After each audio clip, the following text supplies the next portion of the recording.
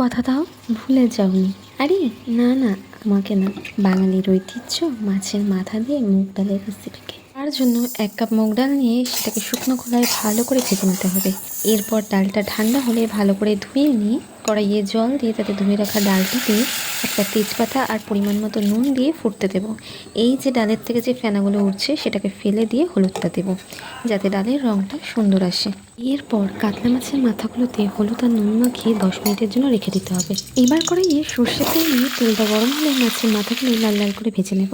তারপর ওই তেলে জিরে শুকনো লঙ্কা ফোড়নে দিয়ে পেঁয়াজ কুচি, টমেটো কুচি, আদা রসুন বাটা, কাঁচা লঙ্কা কুচি দিয়ে তাতে নুন দিয়ে হালকা সাঁতলে নিয়ে জিরে গুঁড়ো, ধনে গুঁড়ো আর স্বাদ মতো চিনি দিয়ে কষিয়ে নিয়ে মাছের মাথাগুলো দিয়ে নাড়িয়ে ছাড়িয়ে সেদ্ধ করা ডালটা দিয়ে মিশিয়ে নিয়ে জল দিয়ে ফুটিয়ে নিয়ে নামানোর আগে গরম মশলা বাটা 2 চামচ ঘি, কাঁচা লঙ্কা আর ধনেপাতা কুচি দিলেই রেডি।